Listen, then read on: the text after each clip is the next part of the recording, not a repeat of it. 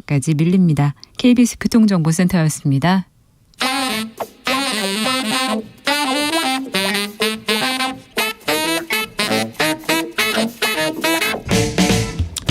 세계는 넓고 이슈는 많다. 우리의 시야를 국제적으로 넓혀보겠습니다. 국내 뉴스, 국제 이슈 다 덤벼라. 지금은 글로벌 시대.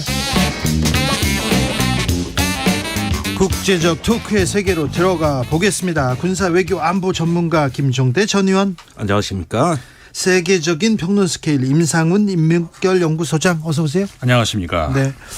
외교 안보 컨트롤 타워가 바뀌었어요. 제가 깜짝 놀랐어요. 네. 어제 경질설이 보도되었을 때만 해도 김성한 안보실장은 경질설은 사실무근이다. 네. 대통령실이 강력히 부인했거든요. 이분이 초등학교 네. 동문이라고 아까 김성태 의장도 얘기했잖아요. 대통령과 아주 막역한 사이여서 네. 선거 때부터 외교 안보의 스승이었다, 선생이었다 이런 얘기가 있었어요. 아니 그러는데 저도 잘 압니다. 네. 또 차관도 지냈고 세미나 때 자주 보게 되는데 굉장히 보수적인 분이지만은 그렇다고 해서 어떤 치우치는 성격은 아니에요. 그래요? 성격적으로는.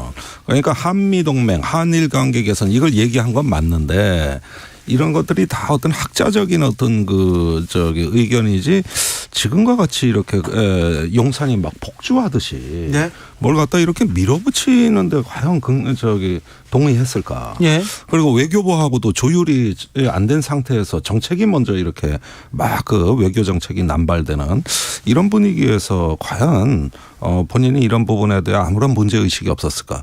또 외교부와의 교량 역할을 하는 외교비서관까지 사퇴한 거 보면 네. 지금 이문희 비서관이 그렇죠. 외교부로 원복이 된 겁니다. 네.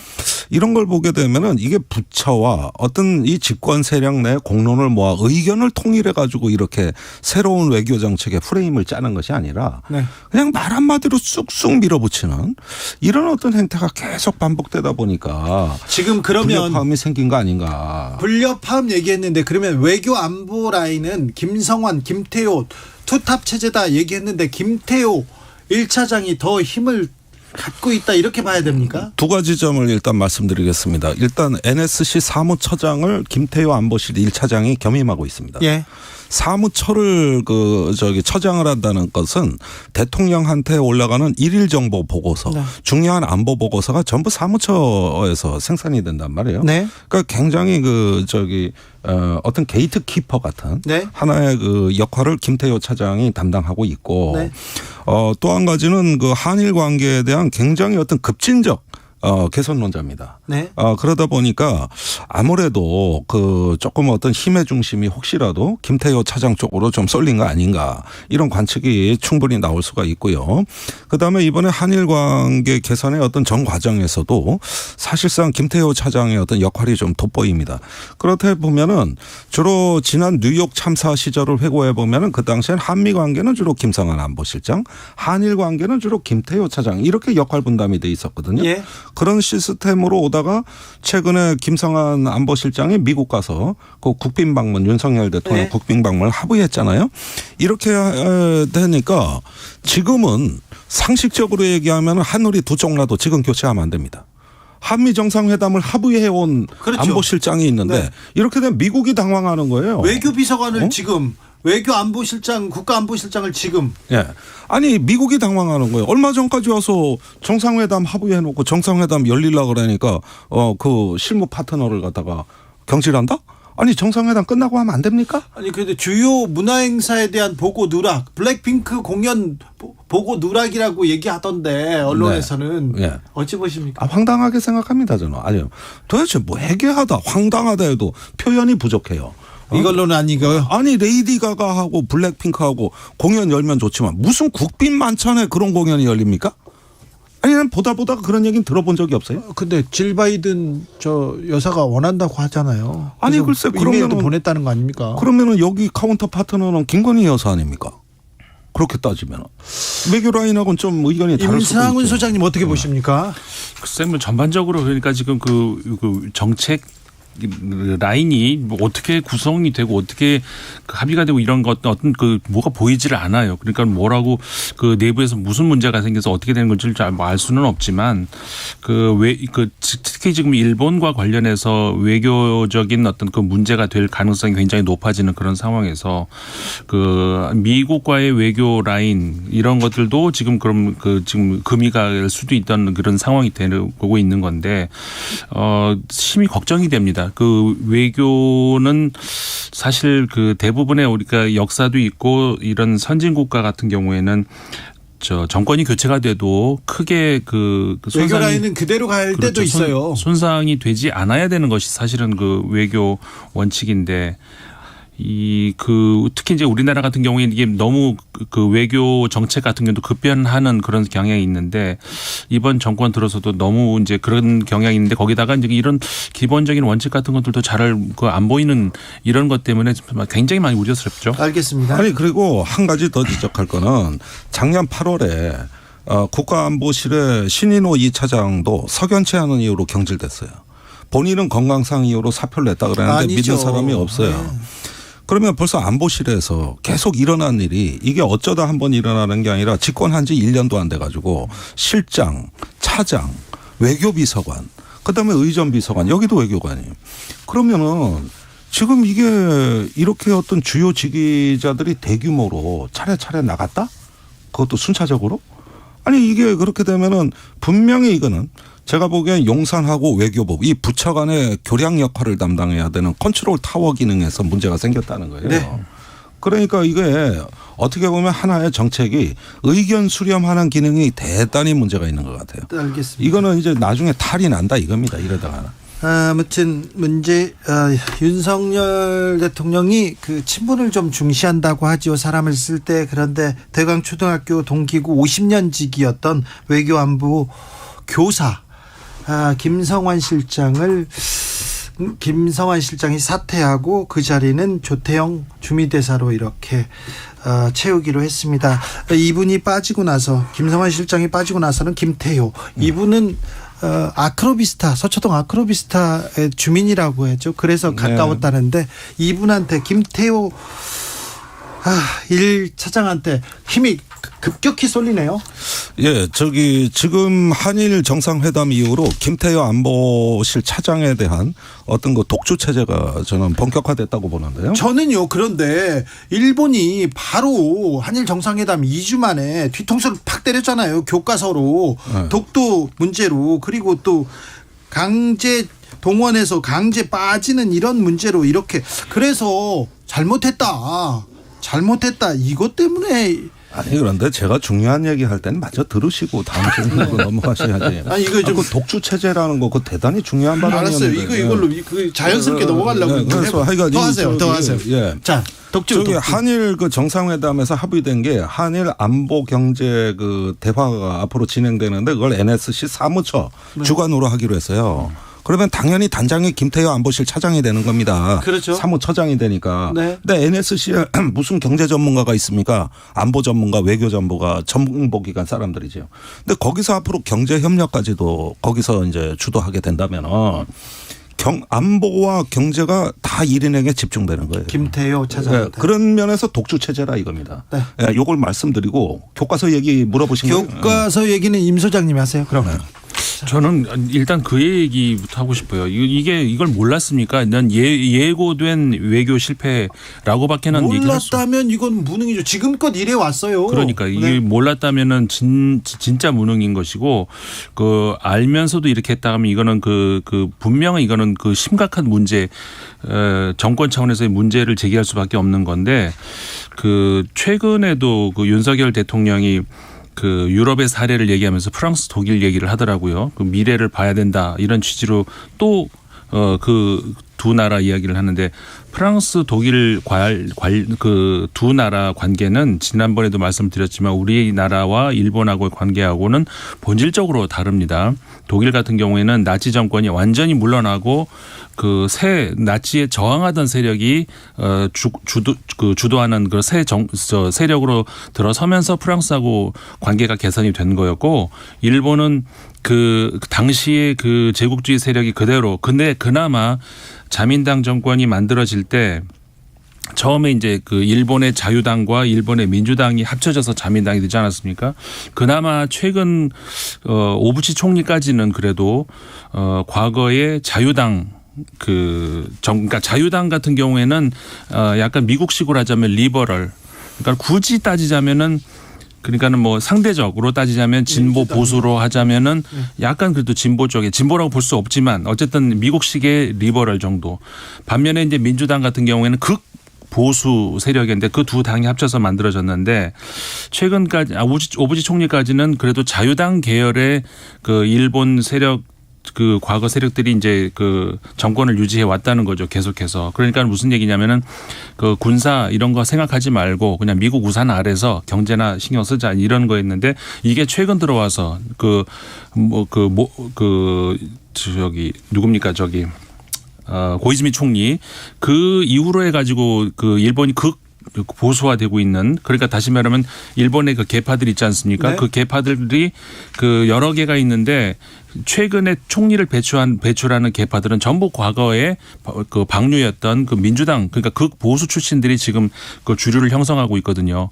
지금 사실 기시다 현 총리 같은 경우는 출신 이 파벌은 약간 그래도 그나마 온건 파벌이라고 할 수가 있는데 고치카이라고 하는 그런데 거기 그 세력도 지금 그러니까는 그 주류라고 할 수가 없는 비주류이기 때문에 지금 얼마 전까지 총리를 했던 아베 총리 계파를 의식할 수밖에 없는 그런 상황이거든요. 네. 일본의 지금 그 외교 그 안보 이런 정책들을 우리가 그 무슨 파트너로 인정할 수 있는 그런 대상이 아니에요. 그걸 뭐 자꾸 독일하고 프랑스 비교를 하는데 지금 현재 일본은 우리가 계속해서 그 대화를 지금 있는 상태로 그대로 받는 것보다는 그들의 입장을 바꾸라고 강요를 하고 그렇지 않으면 우린 더 이상 받아줄 수 없다는 그런 식으로 나가야지 지금 이게 지금 독도 문제라든가 조선인 징병 문제라든가 이런 걸 몰랐습니까? 지금 이 정권에서 이렇게 할 줄을 모르고 했다는 그럼 더 문제인 것이고요. 그런데요. 이게 심각한 게 이것뿐만 아니라 쿠릴 열도 얘기도 나와요. 네. 초등학교 교과서에. 예. 그러니까 자기네 고유 영토인데 실질 회복이 안 되고 강점 당하고 있는 영토가 다 적시됐다 이겁니다. 네. 그 쿠릴 열도는 러시아하고 문제가 있는 거 아닙니까? 네. 그리고 일본이 지금 저 실질을 자기가들이 그 점령하고 있는 건 센카쿠 정도예요. 네. 그러면은 이건 초등학생들한테 주변국하고 영토 분쟁하라고 가르치는 거예요. 초등학교한테. 아시다시피 네. 영토 분쟁이라는 게 나오면 이거 동맹이고 뭐고 다 깨집니다. 그렇죠. 협력이 안 되는 뭐걸 일본어로 마무리라 그래요. 이 마력을 발휘한다. 네. 영토 분쟁은 이야기만 나오면 이제 국가 관계는 그 대립 관계로 순식간에 바뀌는 그래서 마무리라고 한단 말이에요. 네. 그럼 초등학생들한테 이제 주변국하고 전부 영토 분쟁을 하라고 가르치는 겁니다. 실질 회복을 해야 하라고 할 거 아닙니까? 이거 우리 원래 우리 땅이라고. 영토였는데 네. 그러면 어떻게 해야 돼? 원상 회복, 정상화 해야 될 거 아니에요. 이거 가르침의 효과란 말이에요. 그렇게 되면은 정부끼리는 한일 관계 정상화한다고 셔틀 외교한다 그러지만 국민과 국민은 싸우는 거예요. 시민과 시민은 정상화가 안 되는 겁니다. 네. 그러니까 이런 부분에 대한 양심과 화해 통합 이런 부분에 대해 가지고 우리가 더 높은 지성을 발휘해야 되는데 다 깨지는 거예요. 이 영토 분쟁 관련해서도 또 마찬가지 독일과 프랑스 얘기를 조금만 더 할게요. 독일 같은 경우도 나치를 물리친 다음에 그 다음 정권이 그 폴란드하고의 독일하고의 영토 분쟁이 항상 있었단 말이죠. 그 땅을 그러니까는 연합군에게 패하면서 이제 빼앗긴 것을 다시 요구를 했단 말이에요. 독일이. 근데 그것에 대해서 프랑스 당시 이제 미테랑 대통령이 당신네 그거 요구하면 우리는 더 이상 할 수 없다라고 하면서 독일이 결국은 그 큰 대세 차원에서 폴란드와의 영토 분쟁이 있는 그 땅을 영구 포기를 했단 말이죠. 아, 그래요? 예. 그렇게 했기 때문에 지금의 독일이 있는 것이고 그래서 지금의 그 유럽의 평화가 그래서 온 것이고 영토 문제를 계속 이렇게 후세에다 남긴다. 이거는 절대로 평화를 보장할 수가 없는 겁니다. 그게 저기 OECD 국가 중에서 주변국하고 전부 영토 분쟁을 하는 나라가 일본 말고 어디 있습니까? 전 세계. 그렇죠. 아니 중국, 러시아, 한국하고 다 영토 분쟁하고 교과서에까지 수록됐다. 이런 나라가 있습니까? 아니, 전 세계? 역사에서 진실이 아니라 거짓을 가르치는 나라가 어디 있습니까? 임진왜란에 대해서 그때 전쟁이 길어지면서 일본군의 피해가 컸다는 거예요. 일본이 피해자야, 일본군이. 참. 단군 이래 최대 희생된 그 사건이 임진왜란입니다. 아니 근데 이 역사가 이런데, 진실이 이런데 일본을 신뢰하자고 하고 일본을 손잡고 동반자라고 계속 얘기하는 정부한테 불만이 생길 수밖에 없지요. 아니, 과거 같으면 엄청난 문제인데 이 점점 우리 면역이 돼가는 것 같아요. 이건 탄핵감이에요. 과거 같으면. 이게 정치적으로 이 사안을 바라봐서 그런 것 같아요. 예. 외교 안보, 미래 이렇게 얘기하는데 정치적으로 이 사안을 이해해서 그런 것 같습니다. 네. 탄핵이라는 얘기는 매우 심각한 단어여서, 과거 같으면 임상훈 소장이 과거에는 이런 일이 탄핵으로 갈 수도 있었다는 개인 의견을 말씀드린 겁니다. 요것도 물어볼게요. 네. 우리가 핵무장 얘기를 이렇게 막 주장하는 정치인들 있잖아요. 네. 근데 일본이 가장 좋아할 것 같아요. 일본에 그런 주장, 비슷한 주장 많아요. 핵공유론자. 네. 그리고 아베 총리는 미국의 전술에 갖다 놔야 된다 그랬어요. 그러니까요. 이 얘기가 지금 우리 핵무장 주장이 어디서 들었나? 일본 극우에서 하던 얘기예요. 그런데 거기는 무장까지는 안 갔습니다. 어떤 면에서 이게 소통이 되냐면은 미국의 핵 정책을 변경시키겠다는 데서는 한일의 보수가 일치합니다. 그러니까 미국의 NPR 핵태세 검토 보고서를 동맹국 요구사항에 맞게 바꾸라는 거예요. 거기에는 이제 핵무기 사용 조건이 나와요. 그다음에 전술핵도 공유할 수 있다고 보는 거거든요. 이렇게 바이든 정부에 압력을 넣는 거는 적어도 한일 간의 우유파 보수 정치인들은 거의 의견 근접이 됐다.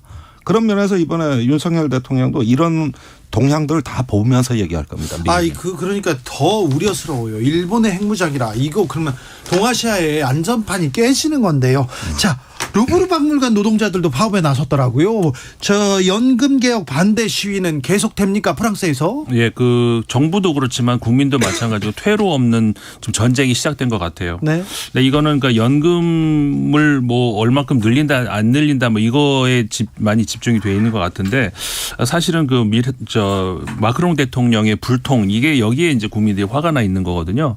그러니까 하원 패싱하고 그냥 법 통과시켰고, 그런 것에 대해서 국민들이 이제 화가 나서 그러는 것이고. 국민들이 많이 화났어요. 마크롱 대통령이 뭘 입든, 그리고 또 그 여사님이 뭘 입든 프랑스 사람들은 되게 존중해주거든요. 그런 거 신경 안 써요. 비싼 거 입고 그럼 좋은 거 입어야지 그렇게 하고 패션 존중해주는데 시계 비싸고 찼다고 뭐라고 하더라고요. 최근에 그 대통령이 담화하러 이제 나왔는데 처음에 차고 있던 시계가 좀 있다가 없어졌어요. 예. 이게 무슨 일인가? 그러니까 대통령이 탁자 밑으로 손을 이렇게 해가지고 시계를 풀러낸 거예요. 네. 근데 그 시계가 상당히 비싸다는 거잖아요. 프랑스 사람들 그런 거 문제 삼지 않거든요. 원래 이제는 지금 꼴보기 싫대요. 그러니까 대통령이 과거에도 이제 그런 연금 개혁 이야기를 하면서 지난 1기 때 그런 얘기를 했었거든. 나도 대통령 연금 안 받겠다 얘기를 했는데 그게 지금 더 염장 지르는 소리거든요. 너는 부자잖아. 그러니까 대통령은 부자니까 그걸 안 받아도 돼요. 잘 살 수 있는데 연금을 안 받겠다니, 그러면 나도 안 받더니 너희들도 받지 말란 얘기예요. 뭐 어쩌란 얘기예요. 아니 그런데 연금 개혁, 근데 계속 외치는 것은 우리 더 일하기 싫다 이 얘기잖아요. 정년 연장 반대하는 거 아닙니까? 네, 그렇죠. 그런데 정년 연장을 프랑스 같은 경우에는 어느 선진국보다 비해서도 잘 돼 있는 나라거든요. 네. 근데 이제 프랑스 같은 경우에는 국민들이 문제를 삼는 것은 사실 청년 실업을 이제 80년대 이후로 점점 높아지면서 이거를 어떻게 해야 되느냐는 그 문제를 놓고 연금 수령 연령을 올렸다 내렸다 계속 왔다 갔다 했거든요. 그러니까 이거는 좌판이 우판이 이런 문제가 아니라 정책적인 판단이었었어요. 지금까지 계속. 네. 근데 지금 국민들이 문제는 국민들도 어떻게든 문제가 있으면 고쳐야 된다는 건 알아요. 그런데 불공평이라는 거, 예를 들어서 지난번에도 말씀을 드렸습니다만 부유세는 계속 줄이고 있거든요. 거기에 대한 부족 세손을 어디서 메꾸느냐, 이 문제를 정부 이거 문서에 나와 있거든요. 그대로 이거는 연금 개혁으로 이제 메꾸자는 그런 식으로 그렇게 추진하고 있다는 거. 왜 그거를 우리가 뒤집어 쓰냐라는 것이 이제 국민들의 불만인 것이고, 지금 2024년 내년이죠. 파리 올림픽 열리지 않습니까? 하계 올림픽. 그때 즈음에가 맞춰가지고 지금 이렇게 한다 하면서 이제 그 파리에 굉장히 그 개선을 많이 하고 있는데 돈이 천문학적인 돈이 들어가요. 네. 세느강에서 수영할 수 있게 만든다는 건데 그런 돈 메꾸자고 지금 이렇게 하는 거거든요. 소장님 시간이 다 됐어요. 네. 두 분 감사합니다. 감사합니다. 저는 내일 돌아오겠습니다. 감사합니다.